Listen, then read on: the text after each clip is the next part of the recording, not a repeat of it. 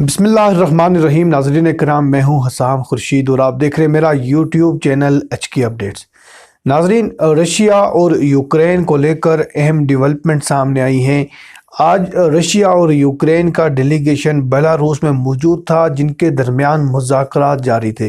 ये जो मुज़ाकरात थे ये कई घंटे मुज़ाकरात रहे। बिलाखिर पहला राउंड आज का दिन ख़त्म हुआ और जो दोनों फ़रीक़ैन थे, जो डेलीगेशन टीम थी, वो अपने अपने कैपिटल मज़ीद मशावरत के लिए रवाना हो गई हैं। नाज़रीन, आज जो पाँचवा रोज़ था जंग का, जो वक़्त गुज़रता जा रहा था, जो जंगी हालात मज़ीद बिगड़ते जा रहे थे, मज़ीद जंगी खदशात बढ़ते जा रहे थे। पुतिन की जानिब से एटमी हथियारों को अलर्ट करने का भी कहा गया था और कहा गया था कि ये जो हथियार हैं ये यूरोपीय यूनियन की जानिब मोड़ लिए जाएं। जो पुतिन है वो ख़तरात को देखकर ये तमाम फ़ैसले कर रहे थे।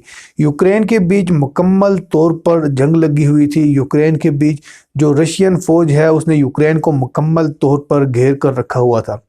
नाज़रीन, हम इस वीडियो में आपको बताएंगे कि जो आज का डेलीगेशन बैठा हुआ था उनके दरमियान क्या मुज़ाकरात हुए, उन्होंने क्या चीज़ें तय की।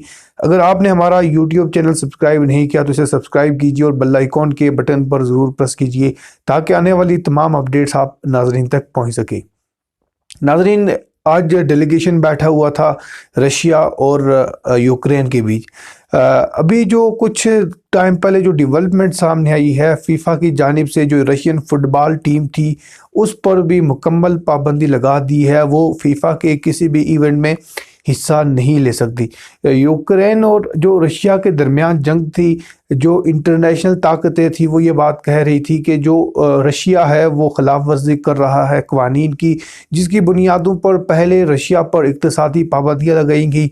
रशिया के 1 ट्रिलियन के ज़ायद से जो असासे वो मुंजमद किए गए। रशियन उनका सरकारी बैंक था, उसके भी तमाम अकाउंट्स मुंजमद किए गए और जो सदर पुतिन हैं उनके अकाउंट्स भी आज मुंजमद किए गए अमेरिका की जानिब से।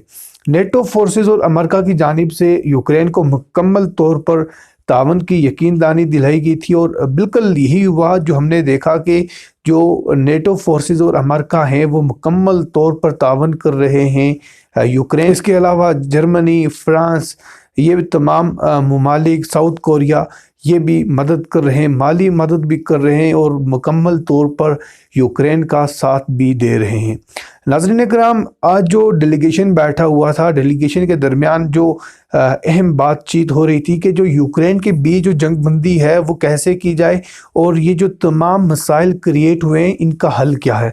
और ये जो आज पहला राउंड था ये मुकम्मल हुआ और जो दोनों डेलीगेशन टीमें थीं वो अपने दारुल हुकूमत में चली गई हैं मज़ीद मशवरे के लिए अपने ज़िम्मेदारान से कि इसके आगे मज़ीद क्या किया जाए। जो आज की बैठक थी उसमें ये चीज़ें भी ज़ेर गौर लाई गई कि जो ये मसला है ये कितनी नौयत इख्तियार किए हुए है और इसका हल क्या है। रशिया की जानिब से जो ज़राए के मुताबिक बताया गया है कि जो यूक्रेन है उसे कहा गया कि वो जो नेटो फोर्सेस का हिस्सा बनने की ज़िद किए हुए है उसे ख़त्म करे और जो फ़ौज है यूक्रेन की उसे हथियार डालने को भी कहा गया। ये आज डेलीगेशन बैठा हुआ था जिस पर गौर करने के लिए, मज़ीद मशवरे करने के लिए दोनों टीमें अपने अपने दारुल हुकूमत में चली गई हैं। नाज़रीन, ये डेलीगेशन बैठा हुआ था। दूसरी जानिब रशिया की जानिब से मज़ीद दावे किए गए कि उन्होंने जो यूक्रेन के मज़ीद शहर थे उन पर हमले किए हैं और कुछ और शहरों के भी कब्ज़े की इतलात आ रही हैं।